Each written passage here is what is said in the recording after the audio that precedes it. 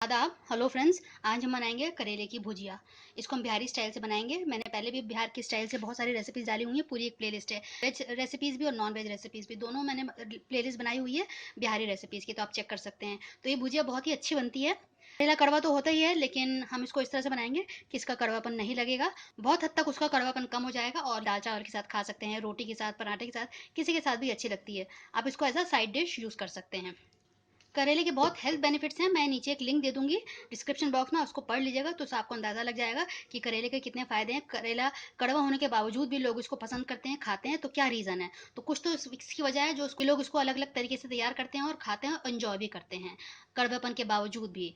तो ये रेसिपी बहुत अच्छी है, आप इसको बनाइएगा। मैंने करेले की और भी पहले से रेसिपी डाली हुई है। करेला मैंने कीमे के साथ बना के डाला हुआ है, करेले को सब्जी की तरह मैंने बना के डाला हुआ है। तो आप चेक कर सकते हैं मेरे दोनों रेसिपीज़। मैं उनका लिंक दे दूंगी डिस्क्रिप्शन बॉक्स में भी, आखिर में भी जो एंड स्क्रीन आते हैं उसमें भी आपको वो मिल जाएगा।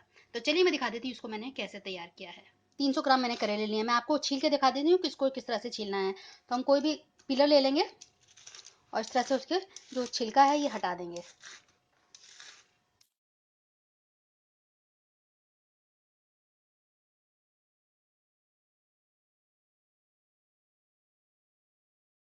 तो ये मैंने पूरा छील लिया है। तो इसको हम कट कर लेते हैं, इसे किनारों को पहले, और बीच में से इसको चीर लेते हैं। जो बीज है इसको निकाल देते हैं। ऐसे उंगली से आप करेंगे अंगूठे से, सारे बीज निकल आएंगे। सारे बीज निकल गए हैं। अब इनको हम इस तरह से काट लेंगे।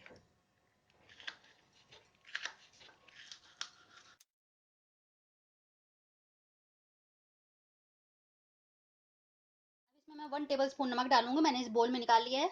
ये 300 ग्राम मैंने करेला लिया था, 1 चम्मच मैंने डाल दिया है। अब इसको हम मिक्स कर लेंगे।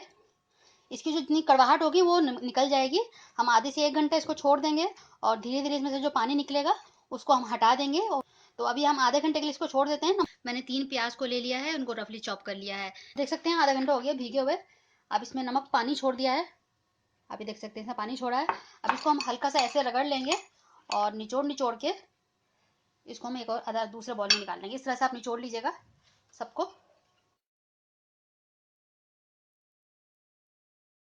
तो आप देख सकते हैं कितना पानी निकला। अब इसको मैं नल में डायरेक्ट धो लूंगी। 3 से 4 बार धो लेंगे, उसके बाद दोबारा इसको मैं निचोड़ूंगी। मैंने ये धो लिया है और इसको दोबारा से हम इस तरह से निचोड़ के सारा पानी निकाल लेंगे।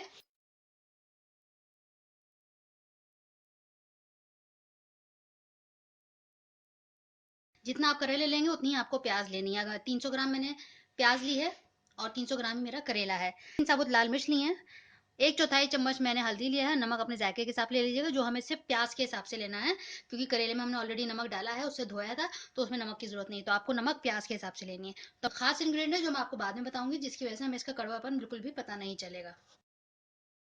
लोहे की कढ़ाई रख दिया और उसमें मैंने सरसों का तेल डाला है, कच्ची घानी का।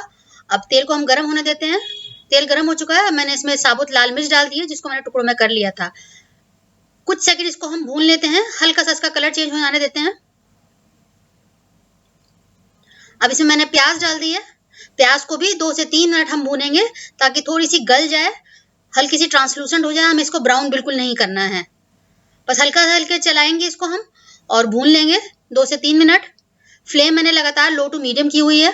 इसको हम लो टू मीडियम फ्लेम पे ही पकाएंगे, फ्लेम हमको हाई नहीं करेंगे। अब इसमें मैंने करेला डाल दिया है और करेले के साथ भी इसको हम भूनेंगे। 3 से 4 मिनट फर्दर हम भूनेंगे प्याज और करेले को। लगातार इसको भी हम चलाएंगे, क्योंकि इसमें हम पानी नहीं डालेंगे गलाने के लिए। इसको हम इस तरह से चला चला के भूनेंगे। तो बीच बीच में इस तरह से हम इसको फैला देंगे पूरी कढ़ाई में, जैसे मैं इस तरह कर रही हूँ, आप देख सकते हैं।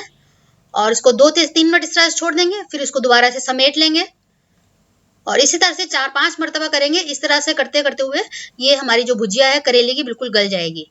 तो अब इसमें मैंने मसाला डाल दिया है, हल्दी और नमक। अब मिक्स कर देते हैं।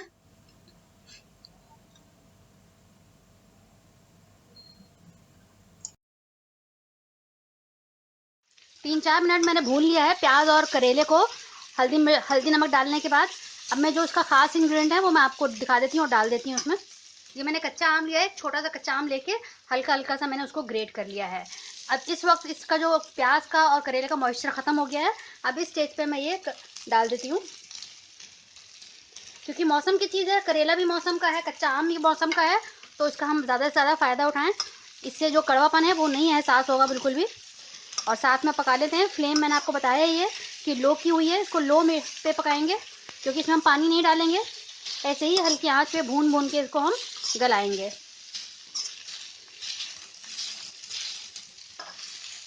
करेले के भी बहुत फ़ायदे हैं, और मैंगो जो काला कच्चा और ये जो कच्चा आम है उसके भी बहुत फ़ायदे हैं।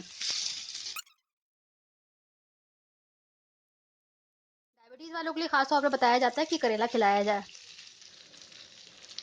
तो इस तरह से मैंने इसको फैला दिया है। फिर 2-3 मिनट बाद इसको मैं समेट दूंगी और फिर दोबारा से ऐसे चला चला के इसको हम भूनेंगे बस।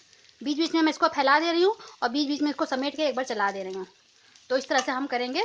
10 से 15 मिनट में ये तैयार हो जाती है भुजिया। 2-3 मिनट हो गए हैं। अब इसको मैं दोबारा से इस तरह से एक बार पूरा मिला के चला देती हूँ।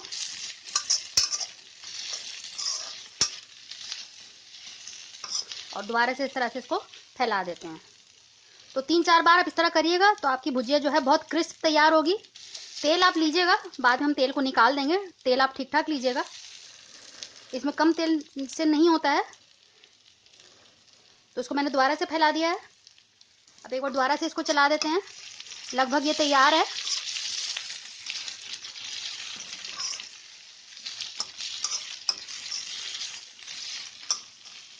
एक बार आप इसका नमक ज़रूर चख लीजिएगा। अगर आपको कच्चा आम नहीं डालना है तो इसकी जगह आप नींबू डाल सकते हैं, आप इसमें खटाई डाल सकते हैं।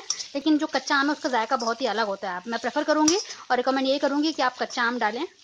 उससे ये होगा कि टेस्ट बहुत बढ़िया आएगा। कच्चा आम भी साथ में इसके पक गया है। अब एक बार चेक कर लेते हैं।